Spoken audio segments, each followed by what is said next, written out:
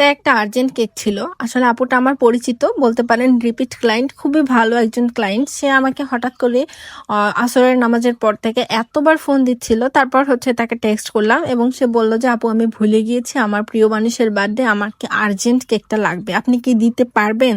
যদি না পারেন সেটাও আমাকে বলেন, আমি অন্য কোথাও থেকে অ্যারেঞ্জ করব, কিন্তু প্লিজ কেকটা আমার লাগবে। তাকে আর কোনোভাবে না করতে পারলাম না। আমি বললাম যে ঠিক আছে আপু, আমি দেওয়ার চেষ্টা করব, তবে ইফতারের পর কেকটা বানাবো। বলে যে আমার রাত 11টা হলেও চলবে।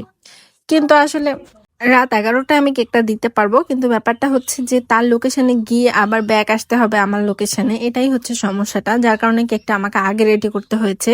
কারণ তার লোকেশনে পৌঁছাতেও সময় লাগবে। আবার তার 3টা গোলাপ ডিমান্ড ছিল, কিন্তু আসলে ওই মুহূর্তে আমি গোলাপ আনতে পাঠিয়েছি, আমার আশেপাশে আমি গোলাপ অ্যারেঞ্জ করতে পারিনি।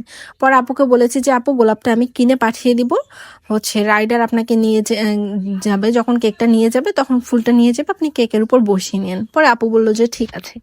কেকটা অলমোস্ট আপনার রাত 7:30টার সময় বেক করতে দিয়েছি, কাজ শুরু করেছি। তারপর 10টার আগেই কেকটা কমপ্লিট করেছি এবং কেকটা পর্যাপ্ত ফ্রিজিং হয়নি। এই কেকটা খেতে তো ভালো লাগবে না। পরে আপুকে বললাম যে আপু কেকটা কিন্তু প্রপারলি ফ্রিজিং হয়নি, আপনি কেকটা নিয়েই ফ্রিজে রাখবেন।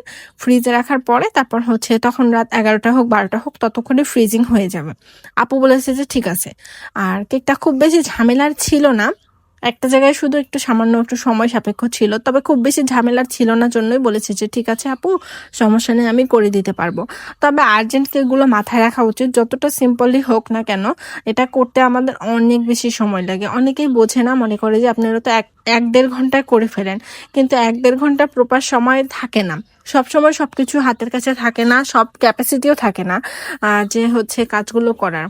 আর এই কেকটাতে ফিনিশিং এর খুব বেশি ঝামেলা ছিল না, শুধু অয়েল ব্রাশ দিয়ে কেকের সম্পূর্ণ ডিজাইনটা করতে হয়েছে। আর এটা তো সবাই জানেন যে কি পরিমাণে সহজ। আর এই গোল্ডেন লিফগুলো সম্পূর্ণ কেকের সাইডে বসাতে হয়েছে, এটা করতে আমার একটু সময় লেগেছে আর কি, প্রায় 20 মিনিটের মতো লেগেছে সম্পূর্ণ রাউন্ড কেকটাতে এই গোল্ডেন লিফগুলো দিতে। আর খুব আমার কাছে বিরক্তই মনে হয়েছে। আর এখানে ক্রিম দিয়ে লাভ ছিল, তো আমার মনে হয়েছে যে এই টাটকা ক্রিমে, সাদা ক্রিমে লাল কালার দিয়ে হার্ট দিব, তখন ওটা কেকটা কাটতে কাটতে ওই লাল রংটা সাদা ক্রিমে ছড়িয়ে যাবে, যার কারণে ফন্ডেন্ট ব্যবহার করলাম। আমার কাছে সময় থাকলে পর্যাপ্ত ফ্রিজিং করে লাল ক্রিম দিয়ে লাভ করতাম, তখন ভালো লাগতো। যার কারণে সময় সাপেক্ষ ছিল জন্য ফন্ডেন্ট দিয়েছি, যাতে কোনোভাবেই লাল রং না ছড়িয়ে যায়। আর এখন এই লেখাটা আমি অফ ক্যামেরায় লিখে নিয়েছি। এই ছিল কেকটার ফাইনাল লুক। আপনাদের কার কার কাছে কেমন লেগেছে সিম্পলের মধ্যে জানাবেন। আর আপু যে ফুলটা লাগিয়েছে এটা আপনাদের সাথে শেয়ার করে দিলাম।